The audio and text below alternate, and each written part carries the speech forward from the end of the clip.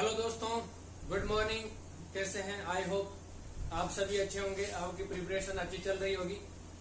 जैसे अभी latest Rajasthan police का नोटिफिकेशन भी जारी हो चुका है और ये वैकेंसी कुछ ही दिनों बाद में इसके भी फॉर्म भरने स्टार्ट हो जाएंगे। तो ये जो मैं क्लास करवाने जा रहा हूँ, ये राजस्थान पुलिस, वनपाल, राजस्थान पटवारी, ग्राम सेवक, इन सभी के रूप में सम्मिलित रूप से उपयोगी है।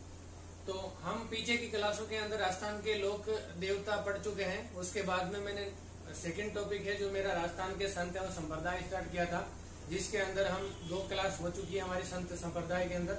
और आज हमारी संत संप्रदाय में तीसरी क्लास मैं लेने जा रहा हूँ, जिसके अंदर आज दादू दयाल जी, संत हरिदास जी और संत लालदास जी, इन तीनों के बारे में हम इसी एक क्लास के अंदर पढ़ने जा रहे हैं। तो मैं क्लास शुरू करने जा रहा हूँ। तो सबसे पहले हम दादू दयाल जी के बारे में पढ़ेंगे। तो दादू दयाल जी का जन्म अहमदाबाद, गुजरात, यहाँ पे 1544 ईस्वी को फाल्गुन शुक्ल अष्टमी के दिन हुआ था। इनको राजस्थान के अंदर राजस्थान के कबीर के नाम से जाना जाता है, क्योंकि इन्होंने कबीर जी के तर्ज पे ही अपने दोहे, अपने ग्रंथ, इनकी रचना की थी तथा उन्हीं के पद चिन्ह पे काफी मिला जुला इनका वही भक्ति का जो मार्ग है वो दादू दयाल जी का है। तो दादू दयाल जी का उपनाम, जन्म और इनकी दीक्षा बुड्ढन या वृद्धानंद जी के द्वारा इन्होंने 1568 ईस्वी के अंदर दीक्षा ग्रहण की थी। और इसी दीक्षा ग्रहण करने के उपरांत ये सांबर, जो राजस्थान के अंदर एक प्रसिद्ध खारे पानी की झील है, और ये जयपुर, अजमेर और नागौर, इन तीनों के अंदर सम्मिलित रूप से पड़ती है। तो यहाँ पर आकर ये रहने लगे तथा यहाँ दुनिया का काम करने लगे थे। दुनिया कहा जाता है जो रुई का काम करने वाले जो लोग होते हैं, चाहे रुई बुनना, रुई धुनना, उनको दुनिया कहा जाता है। तो ये आप नोट करना चाहे तो नोट कर लीजिए।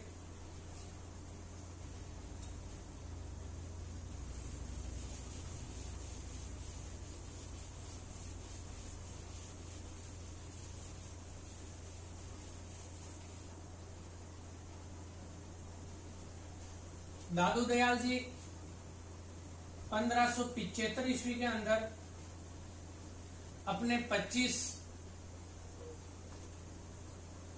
शिष्यों के साथ में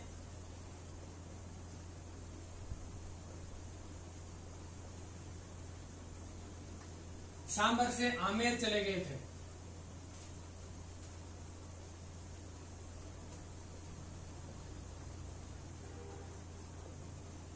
पंद्रह सौ 75 ईस्वी में अपने 25 शिष्यों के साथ में ये आमेर चले गए थे। और यहां से इन्होंने 1585 ईस्वी के अंदर सम्राट अकबर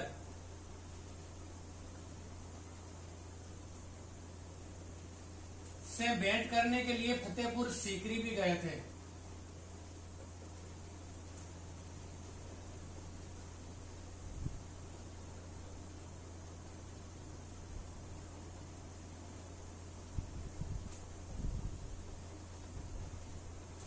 पंद्रह सौ 75 ईस्वी अपने 25 शिष्यों के साथ में आमेर चले गए थे। और इसके उपरांत 1585 ईस्वी में सम्राट अकबर, जो दिल्ली के शासक थे, इनसे भेंट करने के लिए फतेहपुर सीकरी गए थे।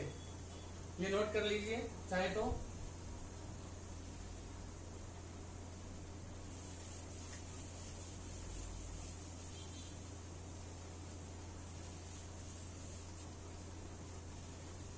दादू दयाल जी ढूंढाड़ से आप लोग समझते होंगे, ढूंढाड़ के अंदर कौन से जो जिले हैं वो राजस्थान के पड़ते हैं।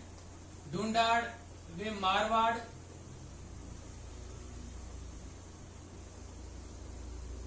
इन भूभागों की यात्रा करते हुए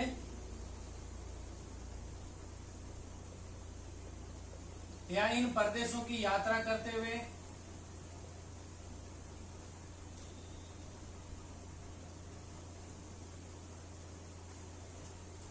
1602 ईस्वी के अंदर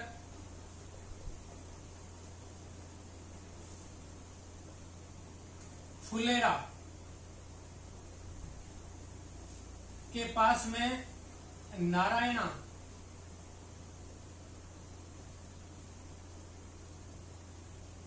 यहां आके रहने लगे थे।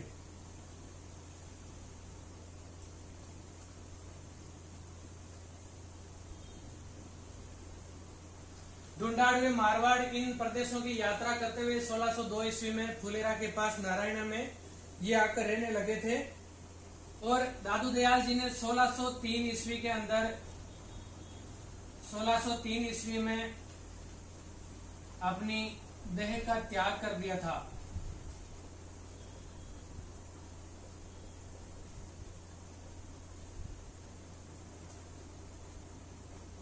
सोलह सौ तीन ईस्वी में अपनी देह का त्याग कर दिया था।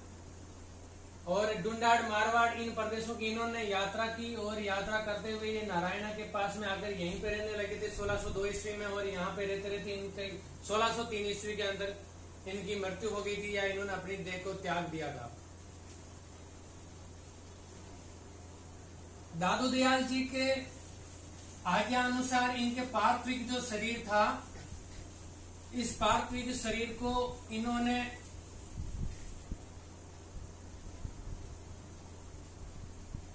बेराना पहाड़ी के अंदर दादू खोल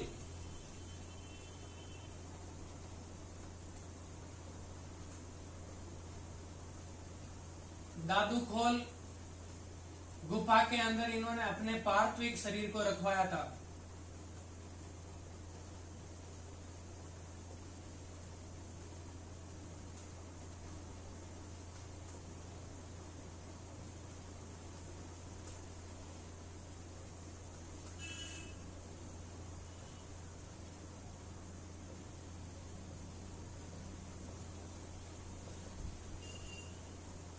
बेराना यही नारायण के पास में पहाड़ियां हैं। इन बेराना की पहाड़ियों के अंदर दादू खोल गुफा है। वहां पे इन्होंने अपने पार्थिव शरीर को रखने का आदेश दिया था या आज्ञा दी थी।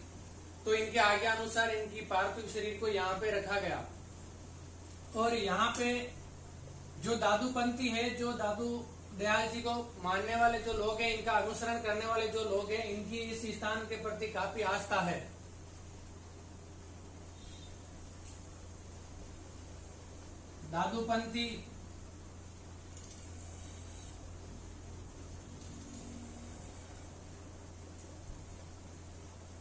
दादूपंथी लोग इसको पवित्र स्थान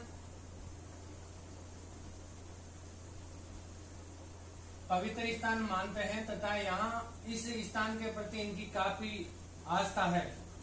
तो ये दादू जी के मृत्यु तक का अभी जो संस्करण था वो मैंने आप लोगों को बताया है। ये आप देख लीजिए, मैं आगे का इसके बाद में बताता हूँ।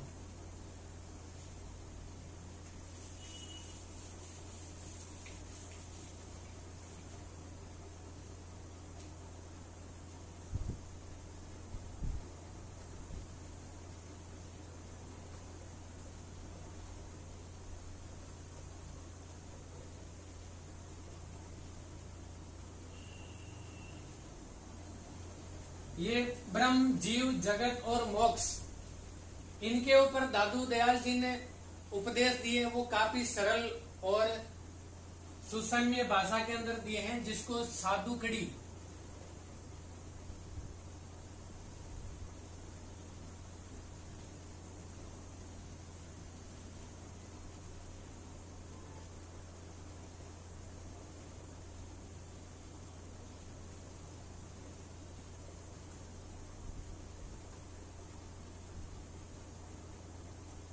दादू दयाल जी ने ब्रह्म, जीव, जगत, मोक्ष, इनके ऊपर साधु खड़ी भाषा, जो बिल्कुल सरल और सिंपल लैंग्वेज है, उसके ऊपर इन्होंने उपदेश दिए थे।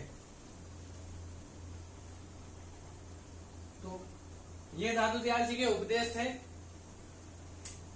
दादू दयाल जी हैं वो कबीरदास जी की तरह ही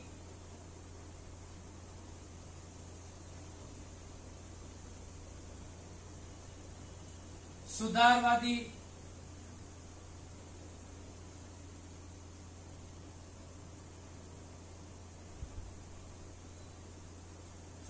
आचरण के थे तथा इन्होंने परमात्मा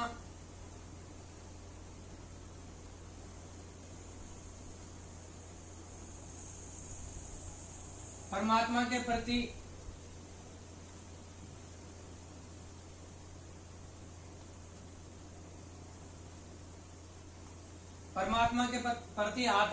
आत्मा को जोड़ने पर बल दिया।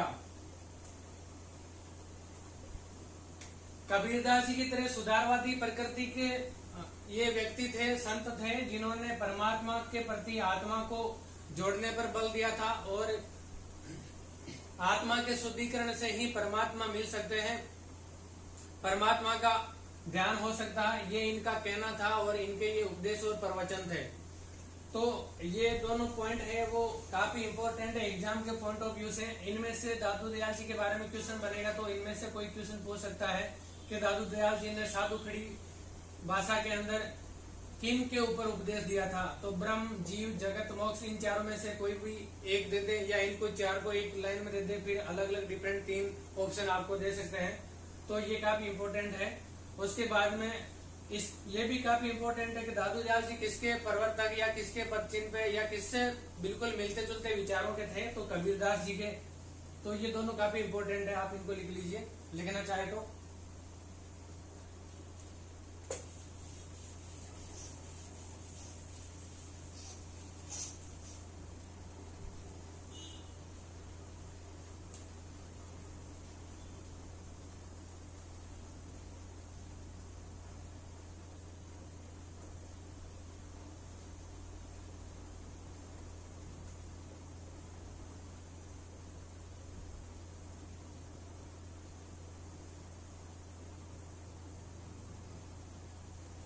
दादू दयाल जी ने कर्मकांड, जाति प्रथा, रूढ़िवादिता और मूर्ति पूजा इनका घोर विरोध किया था।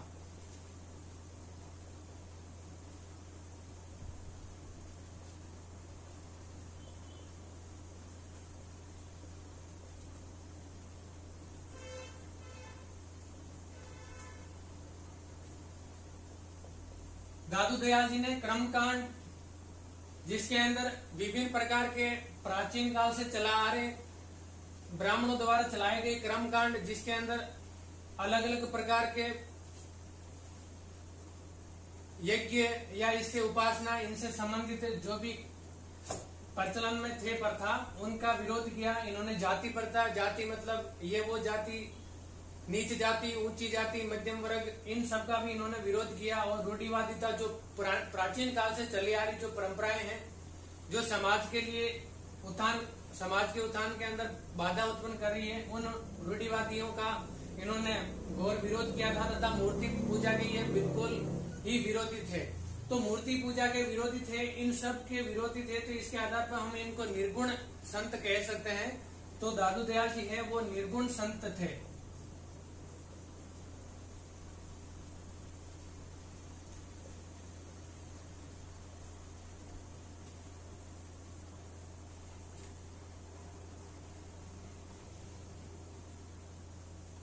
अब दादू दयाल जी के कुछ प्रमुख शिष्य थे, वो मैं बोर्ड पे लिखने जा रहा हूँ।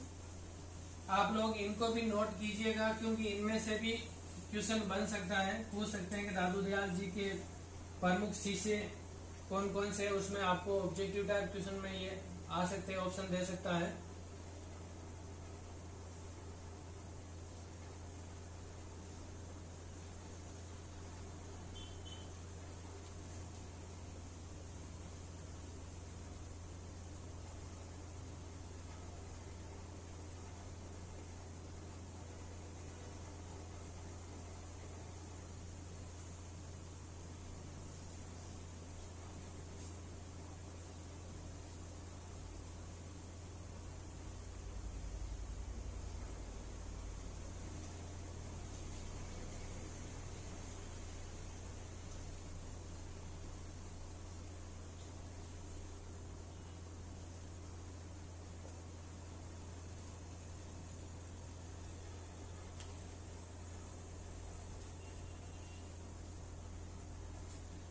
ये दादू दयाल जी के परम शिष्य थे या परम भगत थे, जो इनके आचरण का अनुसरण करने वाले लोगों में से थे, जिन्होंने इनके उपदेश, इनके प्रवचन लोगों और समाज तक पहुंचाने का कार्य किया था। उनमें से प्रथम गरीबदास, मिस्किनदास, सुंदरदास, बखनाजी, रजब और माधोदास, ये इनके प्रमुख और परम भक्त और शिष्य थे। तो ये दादू दयाल जी के बारे में जो इम्पोर्टेंट और महत्वपूर्ण जो जानकारी थी मैंने आप लोगों तक पहुंचाई है। इसमें से इनके बारे में जो भी क्वेश्चन बनेंगे वो इससे बाहर जाने की कोई संभावना नहीं है। तो अब मैं दादू दयाल जी के बाद में संत हरिदास जी के बारे में चर्चा करने जा रहा हूं। तो ये आप लिख लीजिए।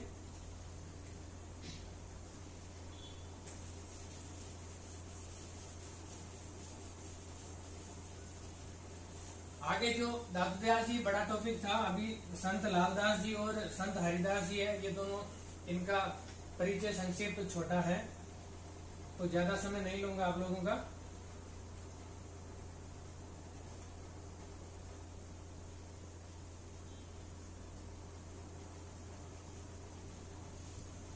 संत हरिदास जी, संत हरिदास जी का जो जन्म है वो राजस्थान के नागौर डिस्ट्रिक्ट के अंतर्गत डीडवाना तहसील में,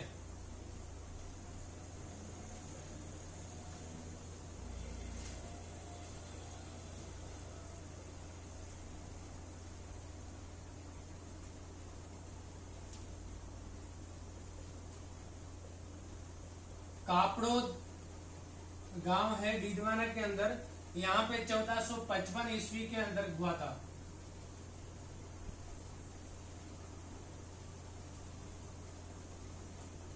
ये इनका जन्म था। इनका नागौर जिले के डीडवाना तहसील के अंतर्गत कापड़ोद गांव है, वहां पे 1455 ईस्वी के अंदर इनका जन्म हुआ था।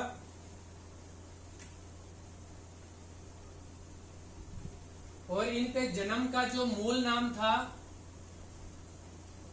वो हरि सिंह था, हरि सिंह सांखला। इनके जन्म का या इनका मूल नाम था वो हरि सिंह सांखला था। और ये इनकी जो प्रारंभिक जो विचारधारा या इनके प्रारंभिक जो जीवन था उसके बारे में हम कह सकते हैं कि ये एक लुटेरे प्रकृति के आदमी थे। ये पहले लुटेरे प्रकृति के व्यक्ति थे तथा इन्होंने किसी संत से दीक्षा ग्रहण करने के बाद इनके जीवन के अंतर्गत अचानक ही एक बहुत बड़ा परिवर्तन हुआ, जिसके कारण से एक लुटेरे से ये एक संत बन गए। और संत भी ऐसे कि राजस्थान के अंदर जितने भी इम्पोर्टेंट जो संत हैं उनके अंदर ये शुमार है। और एग्जाम के अंदर इनमें से क्वेश्चन भी इनका पूछा जाता है।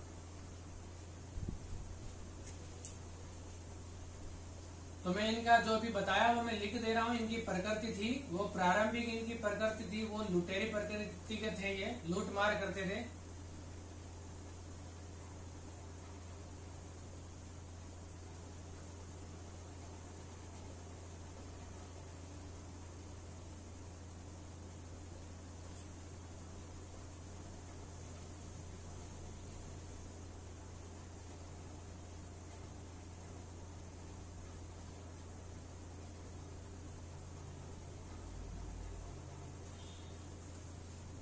इन्होंने एक सन्यासी थे जिनका इतिहास के अंदर नाम कहीं पे उल्लेख नहीं है, जहां तक मेरी समझ और मेरी जानकारी है। उस सन्यासी से इन्होंने दीक्षा या प्रवचन जो थे उनके इन्होंने ग्रहण किए।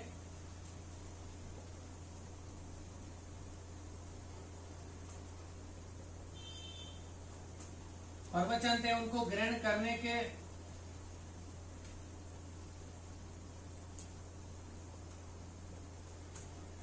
उपरांत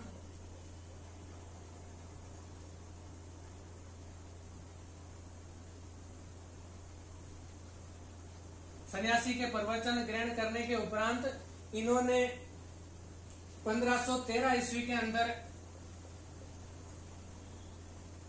बौद्ध का मतलब होता है ज्ञान, नहीं कि बौद्ध जो संप्रदाय है उससे रिलेटेड नहीं है। यहाँ पे बौद्ध का मतलब ज्ञान होता है। तो इन्होंने 1513 ईस्वी में इन सन्यासी से प्रवचन ग्रहण करने के उपरांत 1513 ईस्वी में बौद्ध या ज्ञान इन्होंने प्राप्त किया। और ये बौद्ध या ज्ञान प्राप्त करने के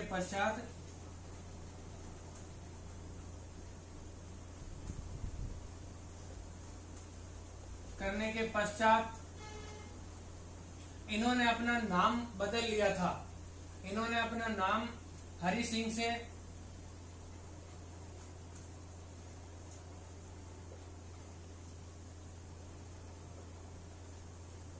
हरिदास कर लिया था। तो ये इनका संक्षिप्त ब्यौरा था, जो आप अगर नोट करना चाहे तो नोट कर सकते हैं। संत हरिदास जी थे, ये भी निर्गुण प्रकृति के संत थे। इन्होंने भी आडंबरों, रूढ़िवादियों, मूर्ति पूजा इनका खंडन किया था तथा इन्होंने निरंजनी संप्रदाय जो है उसकी स्थापना संत हरिदास जी के द्वारा की गई है।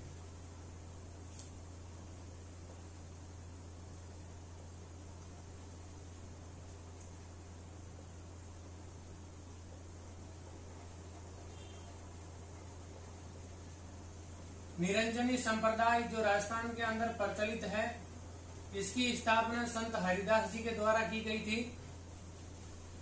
जो इनकी भक्ति प्रकृति थी वो निर्गुण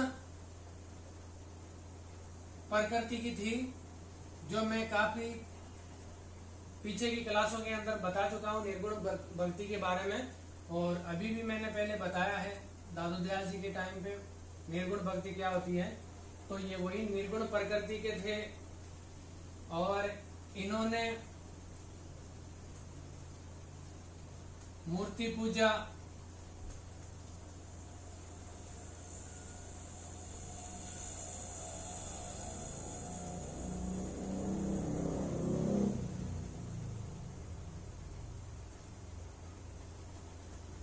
रूढ़िवादियों की जो परंपरा है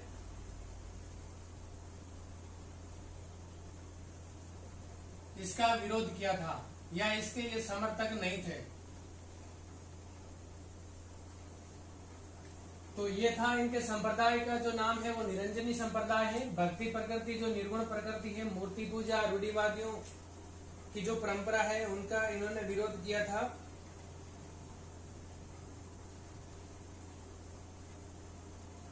और ये जो संप्रदाय है निरंजनी संप्रदाय इनका संत हरिदास जी का, इस संप्रदाय के अंतर्गत परमात्मा जो परमात्मा या परम आत्मा, ईश्वरीय रूप, ईश्वर, इनको इन्होंने अलख निरंजन,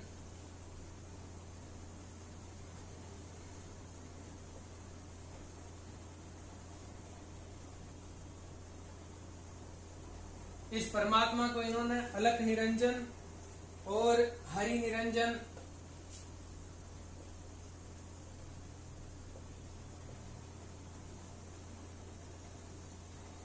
जैसे शब्दों से व्यक्त किया था।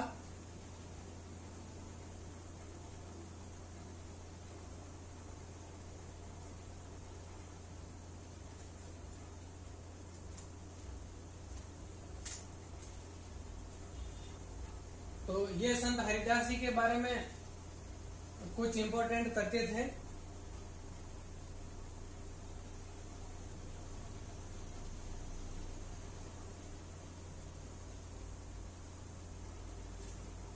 अब संत हरिदास जी के कुछ ग्रंथ या इनके कुछ प्रवचन जिसके अंतर्गत संकलित है, उन ग्रंथों के मैं कुछ नाम आप लोगों के सामने लिख रहा हूं।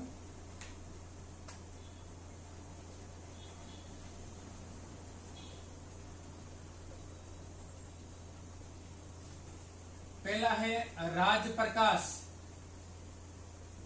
पहला क्या है? राज प्रकाश।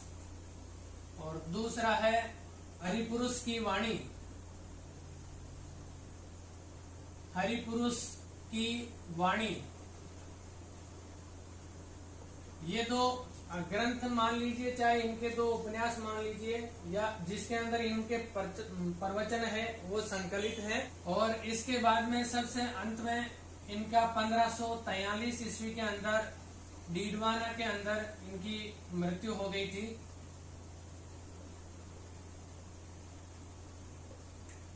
तो ये संत हरिदास जी के बारे में छोटा सा ब्यौरा था जो मैंने आप लोगों को कराया, अभी आप लोगों को समझाने की कोशिश की है। और अब हमारे सबसे अंत में, और मैं सोच रहा हूँ कि आज की क्लास आप लोगों की काफी लंबी होने जा रही है, तो मैं इस क्लास को यहीं खत्म करने की कोशिश करता हूँ। जो बचे हुए हैं हमारे, अभी 2-3 संत बचे हुए हैं अभी, जिसके अंदर आज के तो लालदास जी बच गए, और उसके बाद में हमारे मीराबाई, और उसके बाद में हरनावा के रानाबाई और सांगड़िया धुनी। ये जो 4 संत हैं हमारे राजस्थान के प्रसिद्ध संत हैं, ये बच गए। तो ये मैं आगे की क्लास में आप लोगों को कराने की कोशिश करूंगा। तो उम्मीद करता हूं आप लोगों को समझ में आया होगा, और आप लोगों का सहयोग और साथ मेरे साथ इसी तरह बना रहेगा। और इस सहयोग को आगे बढ़ाने के लिए, या मैं आप लोगों को कुछ अच्छा कराने की कोशिश करूं, इसके लिए मुझे आप लोगों का सपोर्ट की बहुत ही जरूरत है। और ये सपोर्ट मुझे आप लोग मेरे चैनल को सब्सक्राइब, लाइक और कमेंट करके कर सकते हैं, और उम्मीद करूंगा कि आप लोग अवश्य करेंगे। जय हिंद, जय भारत।